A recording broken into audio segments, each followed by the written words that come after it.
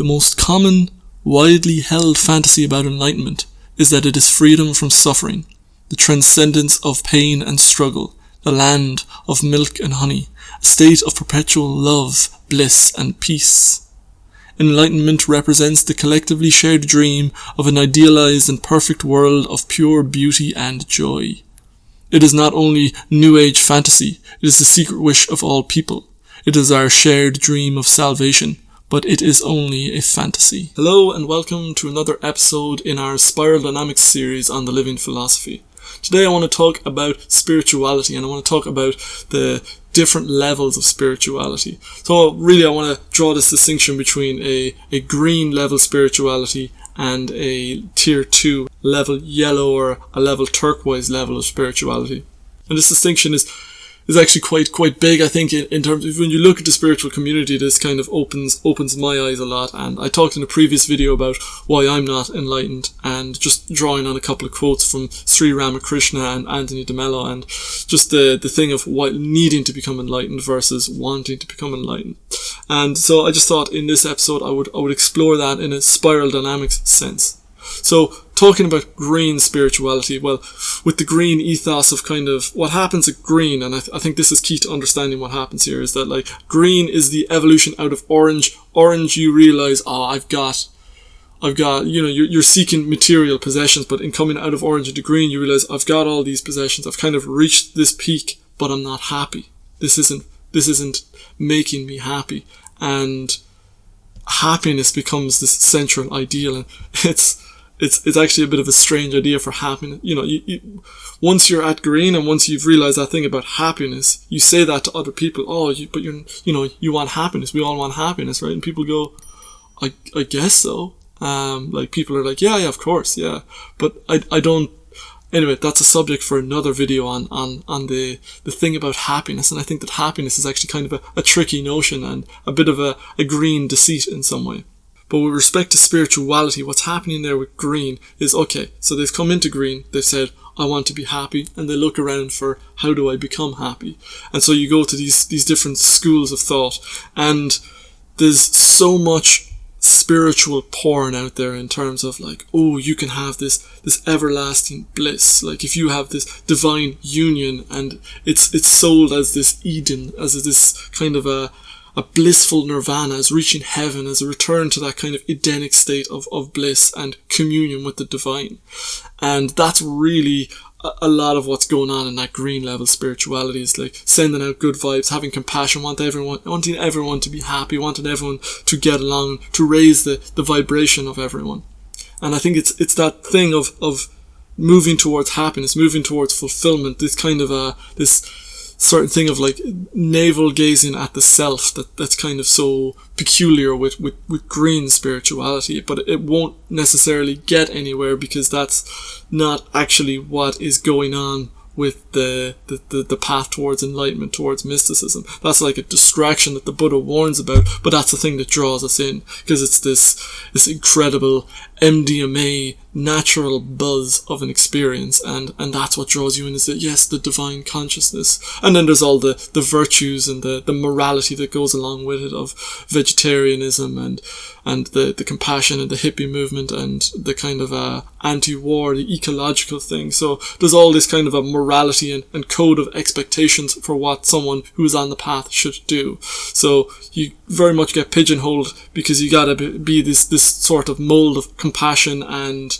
love and seeking that greater pleasure and wanting everyone to be happy. So it's a utilitarianism in spirituality. But that's not really the highest path, because once you move into tier 2, it changes, I guess. You realize the complexity of it for a start. You realize the complexity of life and how life is this cyclical, it's the Ouroboros devouring itself, and there's a certain appreciation for, it's not about the moral code, it's not about those things, it's about something higher, it's about truth.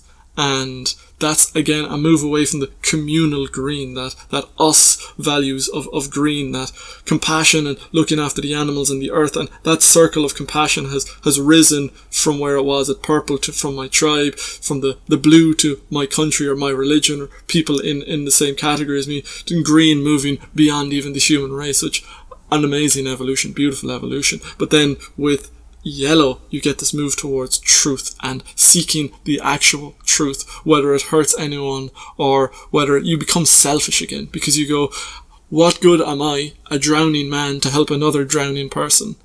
So I need to save myself first. I need to be selfish. I need to get out of here.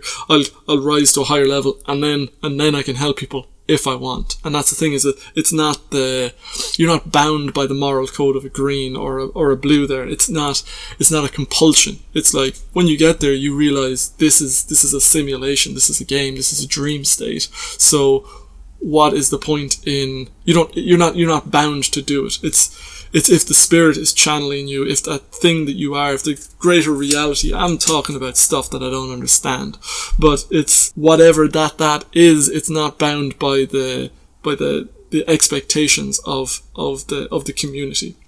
And there's a great story that Anthony de Mello tells about this, and it's from an old Sufi story, I think. So this Sufi saint goes into, he's been out in the wild or whatever on retreat, or maybe he's just visiting this town, and he comes into the marketplace, and it's a holy day, and you're not supposed to eat on a holy day. He goes into the market, and he gets a loaf of bread, and all the people are gathered around him because he's a famous saint, and they want to absorb his wisdom. They want to know, and he sits down in the marketplace, and he starts eating, and they're like, oh, this guy isn't a saint.